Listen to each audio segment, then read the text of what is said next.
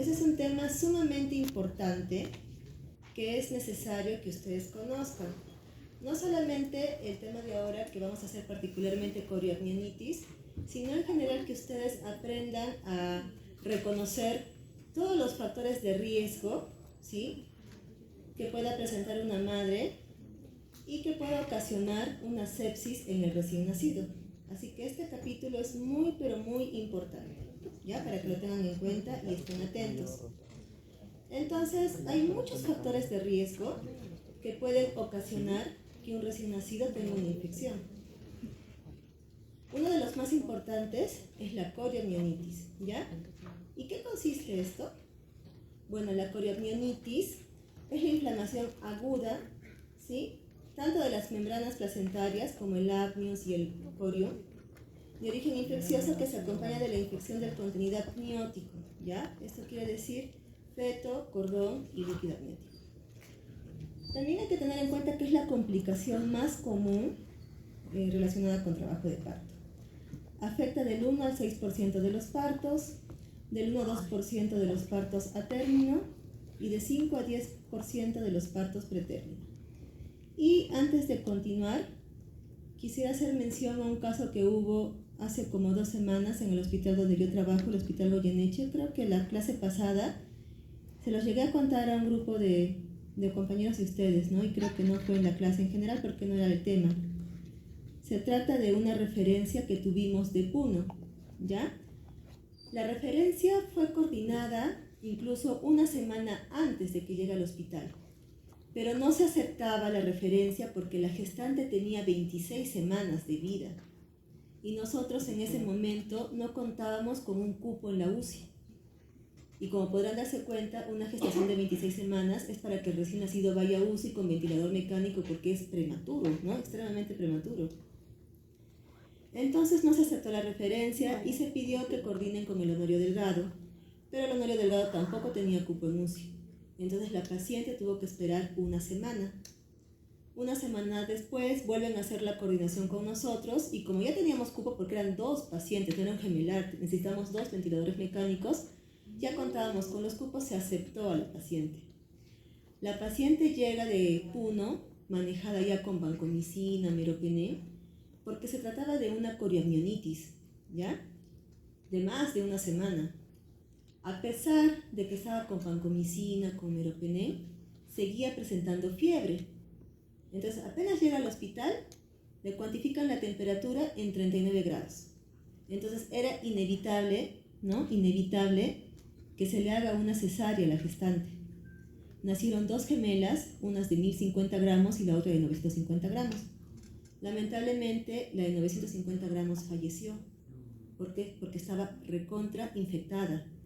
La procalcitonina, ¿sí?, es un marcador de infección que es normal hasta 2 y esta recién nacida tenía una procalcitonina más de 100, ¿ya?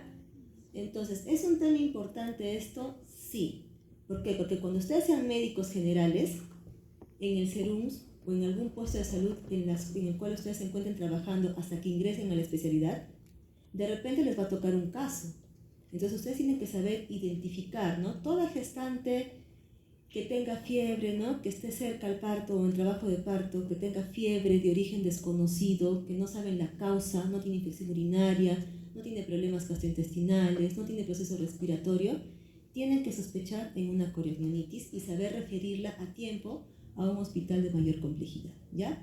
¿Por qué? Porque está en riesgo la vida tanto de la madre como del feto.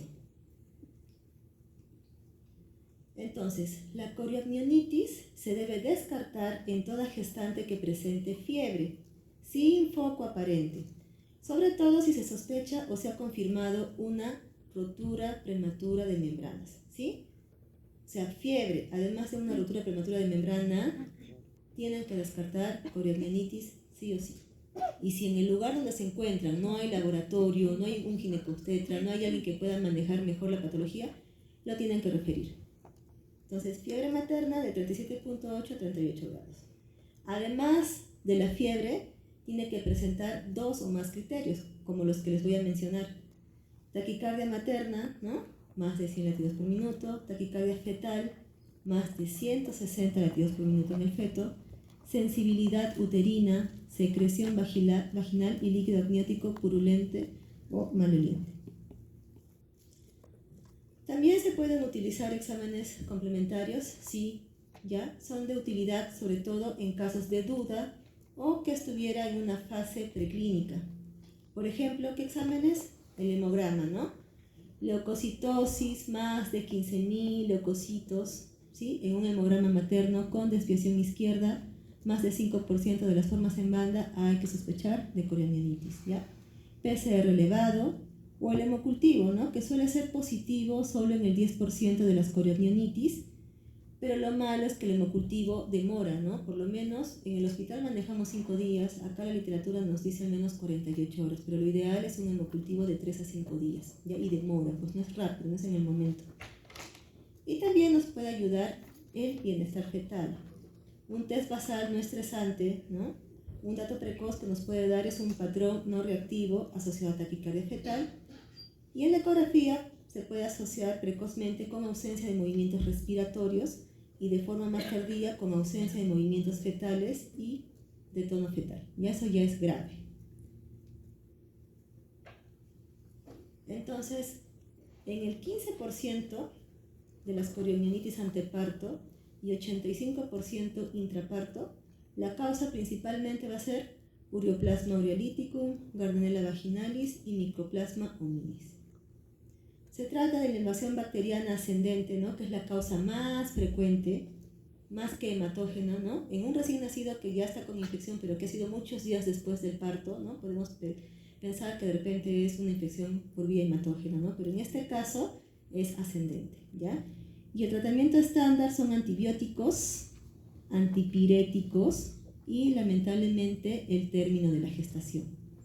Si en el caso que les he contado, ¿no? De la gestante de 26 semanas, de repente si hubiera podido ser referida en el momento que se requirió, o sea, una semana antes, ¿sí? De repente hubiera tenido más esperanzas, ¿no? La gemela que falleció, ¿sí? Porque si hubiera adelantado, hubieran nacido, ¿no? Hubieran nacido de repente una semana antes, quizás con menos peso, pero si hubieran iniciado más precozmente los antibióticos, ¿ya? Entonces, ¿para qué nos ayuda la antibioticoterapia? Para prevenir resultados adversos, tanto en la madre como en el producto. El momento de inicio se inicia en el trabajo de parto cuando se diagnostica la coriomionitis clínica. Coriomionitis diagnosticada, tratamiento antibiótico iniciado. Recomendación basada ¿no? en hallazgos de un estudio donde se comparó el tratamiento intraparto de 26 gestantes versus el tratamiento postparto, ¿no? de 19 gestantes, con antibióticos en gestantes que tuvieran más de 34 semanas y que tuvieran el diagnóstico de coriomionitis. El tratamiento utilizado fue ampicilina más gentamicina, ¿no? Y si fue una cesárea, aumentaron clindamicina más endovenosa. Entonces, ¿la coriomionitis me da sospecha de sepsis neonatal? Sí. ¿Pero es el único factor que me puede dar sospecha de sepsis neonatal? No. Hay otros factores, ¿no? Que siempre trato de recordarles a los compañeros que rotan conmigo, ¿sí? Además de la coriomionitis, ¿quiénes tienen factor de riesgo o tienen probabilidad de presentar una sepsis? ¿Qué recién nacidos? Los hijos de madres que tengan infección urinaria, ¿no? Actual, o también se considera una infección urinaria no tratada hasta un mes antes del parto, ¿ya? Que tengan fiebre en el momento del parto, que tenga coriomionitis la madre, líquido amniótico fétido, ¿no? Parto contaminado, de repente nació en el baño del hospital, en el taxi, o viniendo al hospital de repente en la esquina, ahí a una cuadra de su casa, no lo sé, ¿ya? Que tenga menos de 6 controles prenatales, que tenga una infección X la madre con un hemograma de más de 15.000 leucocitos. Entonces, todos esos los consideramos como factores de riesgo para infección. Igual, un recién nacido pretérmino tiene más riesgo de infección que uno a término, ¿no? Mientras más prematuro se incrementa más el riesgo. Un bebé RCU, ¿no? Que nace con 1.300, 1.400 gramos, tiene más riesgo de infección que un recién nacido que no es RCU. ¿Ya? Entonces, todos esos factores los tienen que tener en cuenta. Ahora, la sospecha de sepsis neonatal es un diagnóstico común en los recién nacidos. La sospecha, o sea, yo puedo sospechar, pero no quiere decir que todos los que tengan factor de riesgo de sepsis, que son los factores que les acabo de mencionar, me hagan una sepsis, ¿sí? Es por eso que no a todos los que tengan factor de riesgo para sepsis yo les tengo que dar antibióticos, a no ser que tengan la clínica o que tengan un examen laboratorial que me apoye, ¿no?, con lo que quiero hacer. No existe un consenso internacional para definir claramente la sospecha de sepsis neonatal, pero cada vez que se asume este diagnóstico, se sospecha que se toman muestras de sangre, ¿no? Ante la sospecha hay que tomar muestras de sangre, ¿no? Como por ejemplo el hemograma, la procalcitonina, el PCR, ¿no? De repente se clínico un hemocultivo, ¿no? ¿Se puede administrar antibióticos? Sí, dependiendo si hay clínica o si de repente un examen laboratorial ha salido alterado, ¿ya? Y se separa a la diada madre-hijo con estadios hospitalarios prolongados, ¿ya? A veces se puede tomar radiografías, ¿no? De repente tiene síntomas respiratorios, distrés, tiraje subcostal, aleteo, ¿no? Ahí podemos pedir una placa. Muestras de orina también, cuando no hay un foco definido, incluso punción lumbar, ¿sí? O cultivos, ¿no? Hemocultivo, urocultivo, cultivo de líquido cefalorraquídeo, ¿no? Dependiendo de la sintomatología del cuadro clínico. ¿Esto es motivo de preocupación? Sí, ya que generalmente menos del 10% y no más del 25 a 30% de los recién nacidos en los que se sospecha sepsis neonatal está comprobado.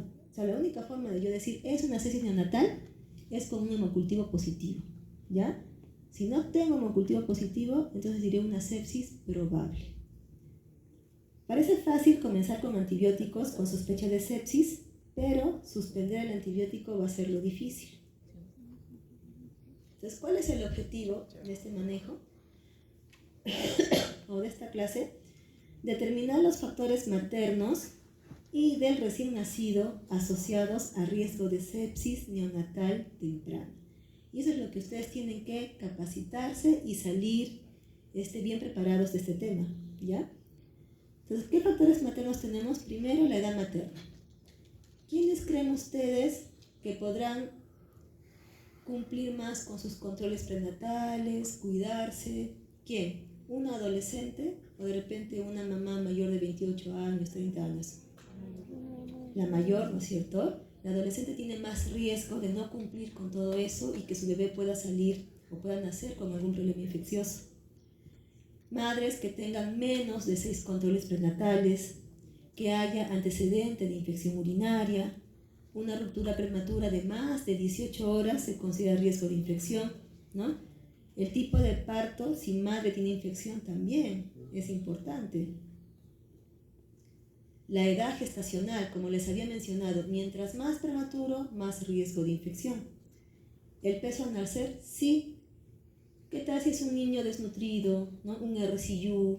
También tiene más riesgo de infección que uno que no tiene ese problema. Y el Apgar al minuto, ¿no? Mientras más bajo sea el Apgar al minuto, también hay más riesgo de infección.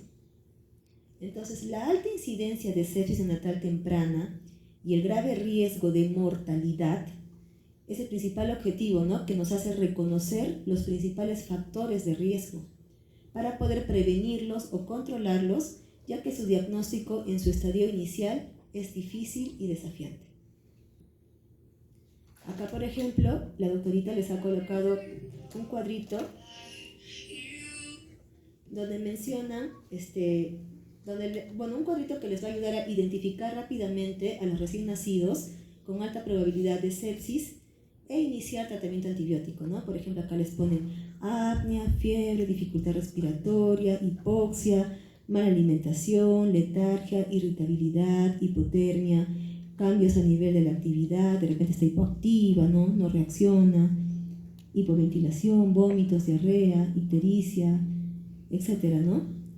En este cuadrito, los que tienen o la sintomatología, ¿no? Que tienen más probabilidad de relacionarse con una sepsis precoz o una sepsis tardía es el apnea y los recién nacidos que tengan dificultad respiratoria, ¿no? Sin ninguna causa aparente, ¿no?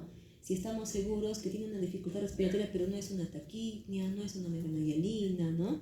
No es un salam, etc. Y tenemos que tener en cuenta el escaso valor predictivo positivo de signos clínicos sugerentes de sepsis neonatal, como los que le ponen acá, ¿no? Acá los que tienen más sensibilidad, ¿no? O mejor ayuda para yo saber si estoy frente a una sepsis probable, como les he mencionado, la apnea, los síntomas digestivos y los niños que tengan requerimiento de oxígeno. Otra vez se les vuelve a mencionar y se les vuelve a recalcar para que no se olviden cuáles son los factores de riesgo para sepsis: fiebre intraparto, coriamnionitis, duración del RPM mayor o igual a 18 horas, colonización por estreptococo grupo B, que me estaba faltando decirle, y horas de su tratamiento antenatal, necesidad de antibiótico intraparto, ¿no? En el caso de la madre, líquido amniótico de mal olor, taquicardia fetal, acidosis fetal, la edad gestacional. Todo eso nos ayuda a tener una idea de que ese bebé puede venir con un problema de infección. Acá la doctora les pone un ejemplo del score calculado global bajo, ¿ya? Y de su variabilidad, ¿no? Por ejemplo, si ustedes tienen un recién nacido normal, que no tiene ningún problema, tiene un riesgo de 0.10% de estar infectado. Entonces, ¿cuál va a ser la recomendación clínica? ¿Separarlo de la mamá? No, ¿no? Al contrario, si está normal y tiene bajo riesgo de infección, hay que dejarlo con su madre, no interferir con el vínculo madre-hijo, no hacer estudios, o sea, no estar pinchándole para pedir exámenes de laboratorio cuando no necesita, y dar alta cuando corresponda, ¿ya? Y sus controles solamente como de rutina. Pero si hay la duda, ¿no? De repente tengo un recién nacido, que la mamá dice, ha estado vomitando, ha estado salivando, ¿no? Pero por ahí tiene sus exámenes de laboratorio normales, no sé, de repente le hicieron un lavadito gástrico y ya está funcionando mejor, y tengo la duda. Acá dicen que hay una probabilidad del 1.16% y se puede realizar un cultivo. Y se puede realizar controles de los marcadores de infección cada 2 a 4 horas por 24 horas. Pero si tengo un recién nacido anormal, o sea, un recién nacido que tiene clínica de infección, de repente está haciendo fiebre, tiene distrés respiratorio, está hipoactivo, la mamá dice, por más que lo despierto, no quiere lactar, ¿no? Tiene un riesgo de más de 10%, hay que hacerle un cultivo previo a antibiótico. O sea, yo le inicio antibiótico, pero previo hemocultivo, ¿ya? Sin demorar. Y bueno, probablemente este paciente va a tener que hospitalizarse en la UCI.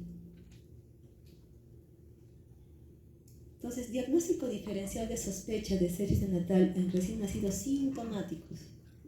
Ante sospecha de sepsis neonatal precoz o tardía, cuando el recién nacido es asintomático, casi con seguridad es un recién nacido sano.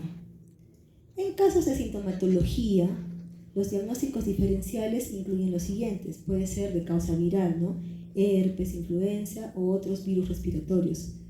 Puede también ser un paciente que sea cardiópata, ¿no? De repente tiene un CIB, un CIA, y eso es lo que hace que tenga esa dificultad respiratoria. Ductus arterioso permeable o alguna metabolopatía como errores innatos del metabolismo, que tenga dengue, ¿no? Que sobre todo está ahorita más prevalente en el norte, chikungunya, toxinas producidas por bacterias específicas, por ejemplo Bordetella pertussis, causas diversas de shock, hemorragia, trauma del parto, insuficiencia renal, atelectasias, meconio, estenosis pilórica, apneas de múltiples causas no infecciosas, hipertermia o fiebre no infecciosa, ejemplo deshidratación, administración de prostaglandinas, disfunción del sistema del sistema servo y control de la cuna de calor radiante. Es que a veces los ponen en la incubadora y está muy caliente la incubadora, y eso hace que la enfermera le tome la temperatura, ¿no? A la hora que lo tiene que tomar y esté caliente. Doctora, tiene fiebre. Entonces lo primero que yo tengo que verificar es a qué temperatura está la incubadora, porque muchas veces no se engaña. Por ejemplo, acá también la doctorita les ha puesto algunos casos clínicos, ¿ya? Por ejemplo, paciente mujer de 23 años con una gestación, bueno, su primera gestación, su fecha de última regla ha sido el 17 de enero del 2022, la edad gestacional 28 semanas, 5 días, sin antecedentes de importancia, ¿no? Resulta que esta mamá, esta gestante, acude a emergencia referida del Hospital Caeli por contracciones uterinas posterior a tocólisis de ataque. ¿Han hecho ginecobstetricia? Obstetricia no, ¿no? Ay, ya, bueno. Pero más o menos me entienden, ¿verdad? Ya. Agrega pérdida de líquido, o sea, un RPM desde hace 2 días. ¿Sí? Ese es un factor de riesgo para infección. Y además hay movimientos fetales disminuidos. O sea, probablemente, ¿cómo está ese fetito? Infectado, ¿no? Probablemente. Le hacen una ecografía y el ponderado fetal es 1578 gramos. Los latidos cardiofetales, 134, felizmente está normal, ¿sí? Y la presión 70. Al examen físico preferencial, el abdomen presenta una altura uterina de 26, una presentación, perdón, estoy un poquito mal de la garganta. Latidos cardiofetales en 134, movimientos fetales 2 cruces, contracciones uterinas esporádicas, el tono está normal. A la especuloscopía, ¿sí? Se le observa pérdida de líquido de color marrón grisácea sin mal olor. En el tacto vaginal se ve un cervix dehiscente un dedo con infiltración al 50%. La altura de presentación está fuera de la pelvis y es una pelvis ginecoide. Entonces, esto lo han manejado, o sea, les ha impresionado como una gestante de 28 semanas, 5 días por FUR, amenaza de parto pretérmino, tiene 28 semanas, pesa 1500 y tantos gramos el bebé, tiene corioamnionitis la mamá y una infección del tracto urinario. Se tiene acá un montón de factores de riesgo, ¿no? Primero el peso, primero la edad gestacional, es un prematuro, después el peso, ¿no? Pesa menos de 2500, ¿no? Después la infección por corioamnionitis y la infección urinaria. Entonces, ¿cuál fue el plan? Solicitar prequirúrgicos para que la madre pueda entrar a cesárea y se hospitaliza en observación para posibilidad de histerectomía. A la mamá se le ponen NPO, se le coloca ceftriaxona endovenoso, clindamicina endovenosa y gentamicina endovenosa. Una infección muy fuerte, gran riesgo para el bebé.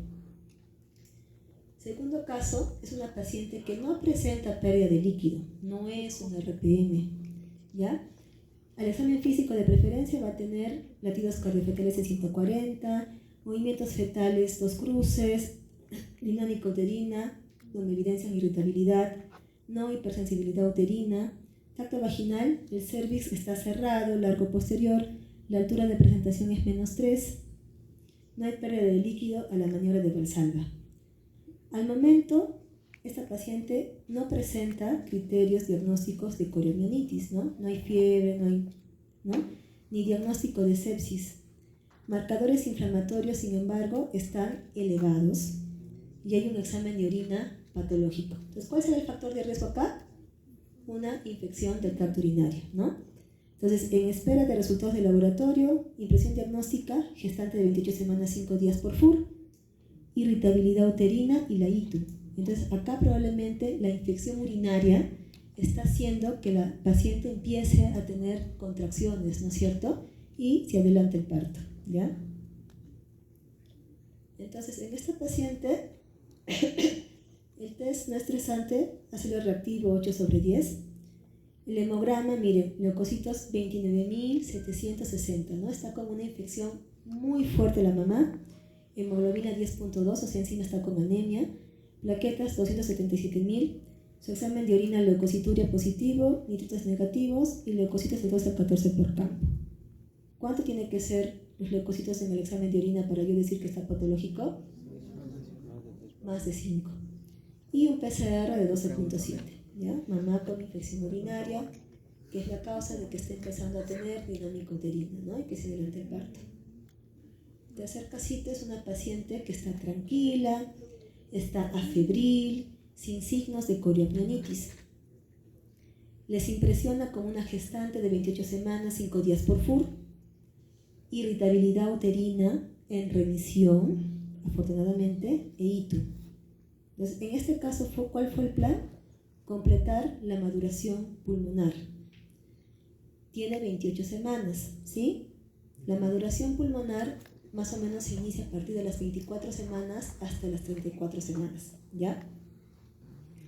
Vigilar signos de corioamnionitis. Hay que iniciar antibióticos y pedirle hemograma control cada 12 horas. Cuarto casito, paciente que está tranquila, afebril, sin signos de coriomionitis, pero el examen físico preferencial se observa un abdomen grávido, latidos cardiofetales 130, movimientos fetales una cruz, dinámico uterino ausente, no se observa secreción serohemática, se observa secreción serohemática en pañal y valsalva negativo. Entonces, este casito impresiona como una gestante de 28 semanas, 6 días por FUR, donde hay irritabilidad uterina en remisión, una infección del tracto urinario y hay que descartar RPM, ¿no? Por la secreción serohemática en el pañal.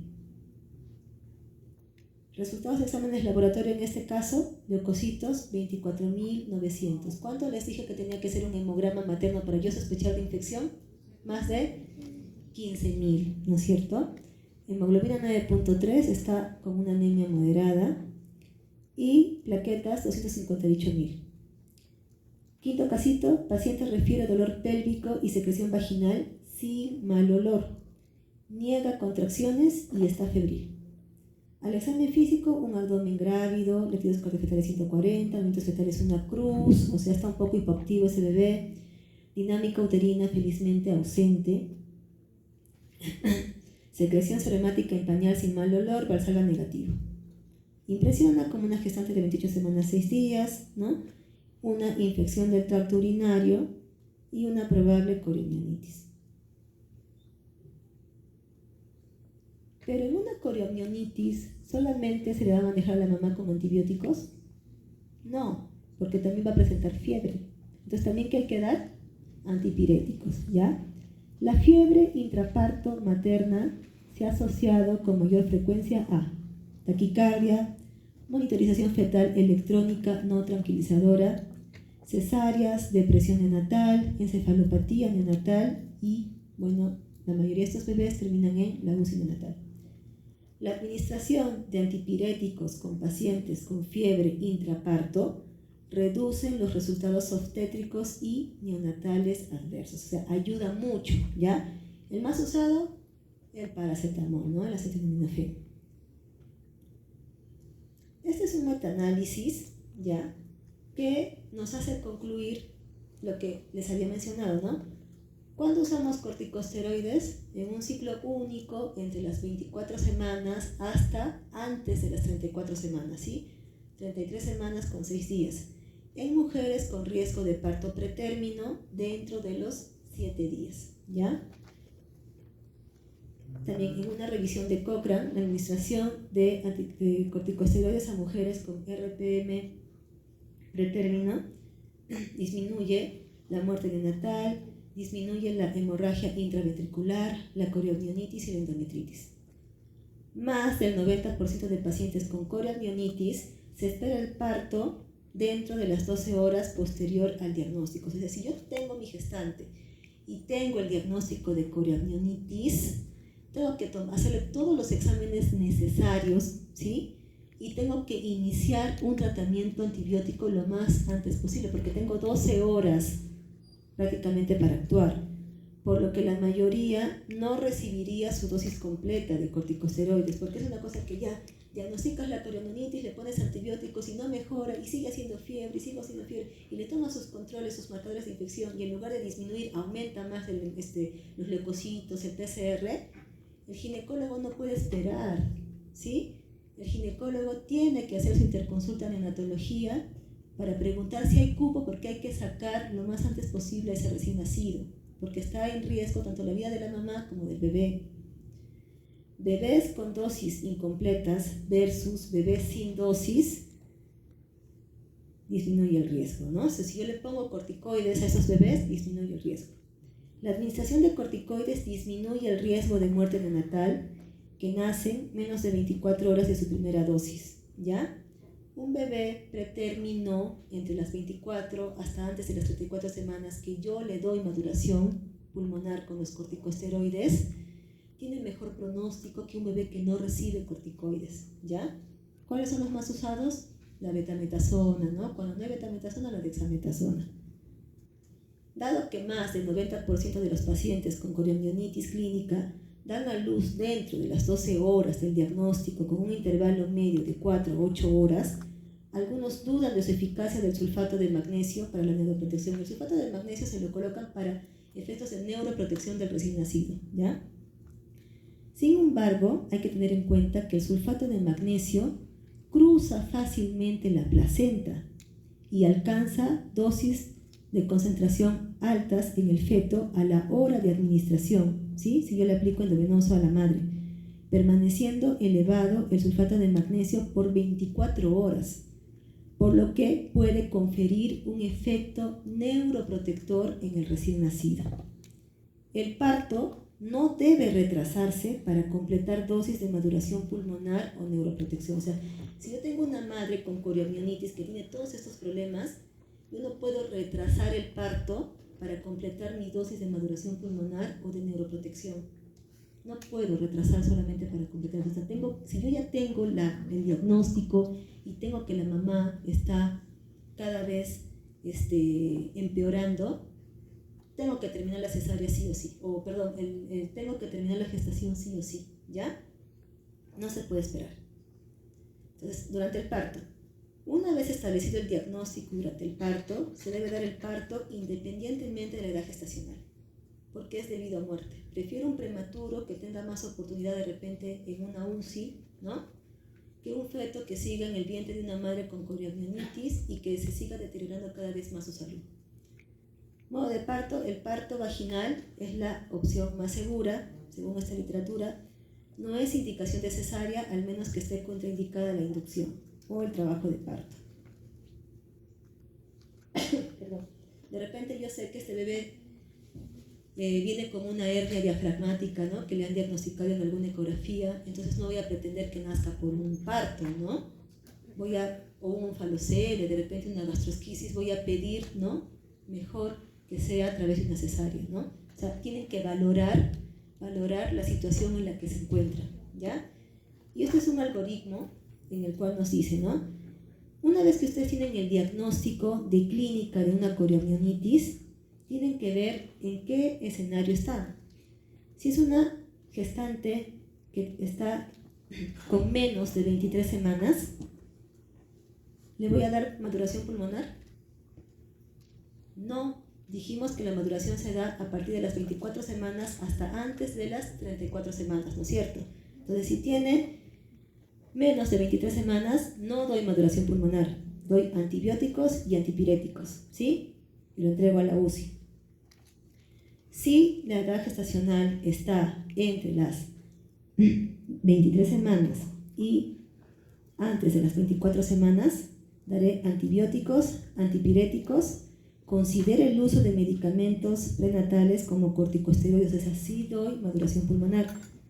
¿Puedo dar neuroprotección? Sí. Consideramos el uso de sulfato de magnesio prenatal, ¿ya?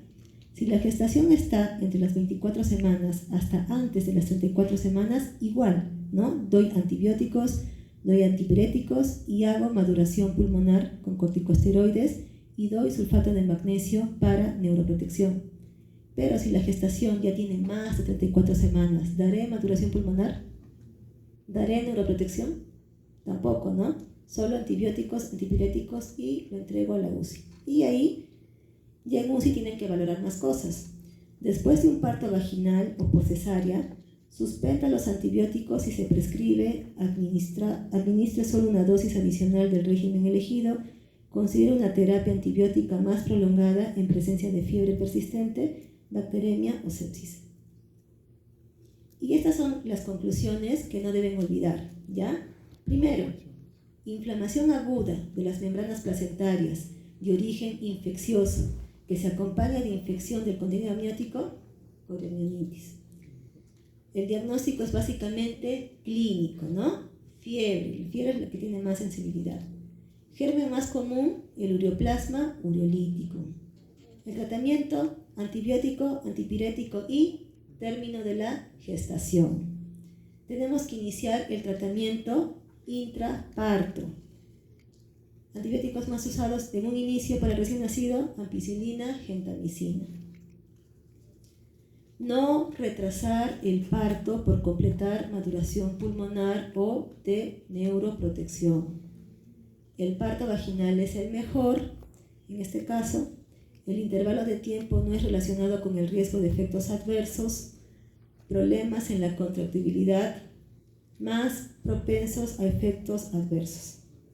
Y eso sería todo, chicos. Ya no duermen, despierten.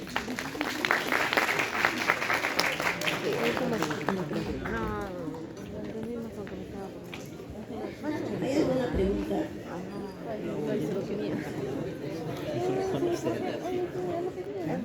Cristian,